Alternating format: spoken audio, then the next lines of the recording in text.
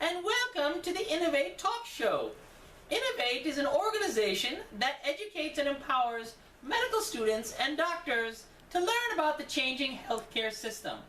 I am one of your co-hosts today, Dr. Patch Adams, and this is my good friend Paladine, and of course we have the distinguished co-host, Dr. Charles Darwin. Charlie boy? Don't know what idiot paired me up with this clown, but sometimes you just take the jobs that you're given. I'd like to introduce my dear friend Harriet, the Galapagos tortoise. Oh, but of course. I understand that he's a bit small, but, some of them are maladapted. And I'd like very much to thank our live studio audience today. Everyone give them a nice round of applause. Yes, yes, yes.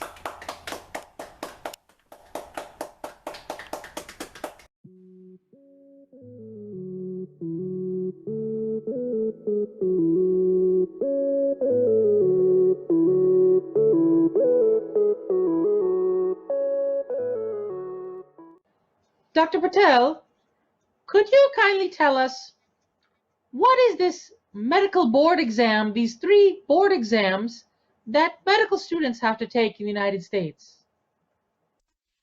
So you have 3 exams. You have your USMLE Step 1. Step 2 has 2 parts, CS and CK, which I'll explain a little bit further. And then you have your final one, Step 3.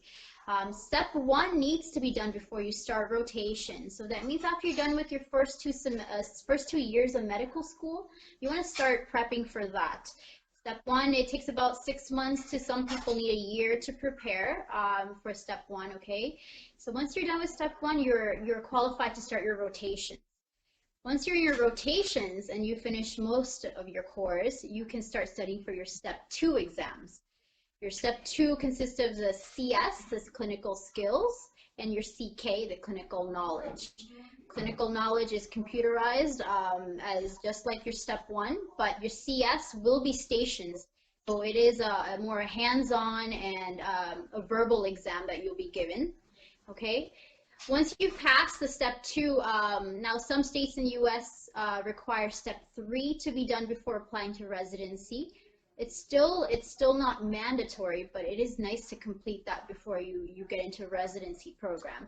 Step 3 is another computerized kind of exam, but it will teach you about dosage and a little bit more in detail of what you've learned through your residency program. Your rotations that you've completed. So it's a little bit more of a detailed exam. But yes, it's a long. Step 1 is a 7-hour exam alone, so it is a really long exam, but you want to be mentally ready for it as well. So would you say that that students might even be advised to prepare these marathon exam sessions somehow so that they can be ready to sit down for a full workday of writing a test? You want to try to get through questions. So USMLE World, UWorld is the best source for that. It will prepare you. You can take mini 7-hour exams on there.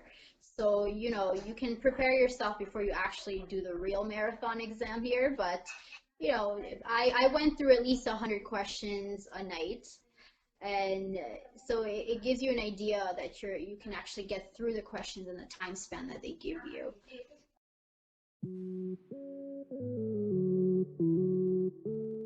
Dr. Patel, it was such a delight having you on the show. You are so learned and experienced. We are most grateful to you.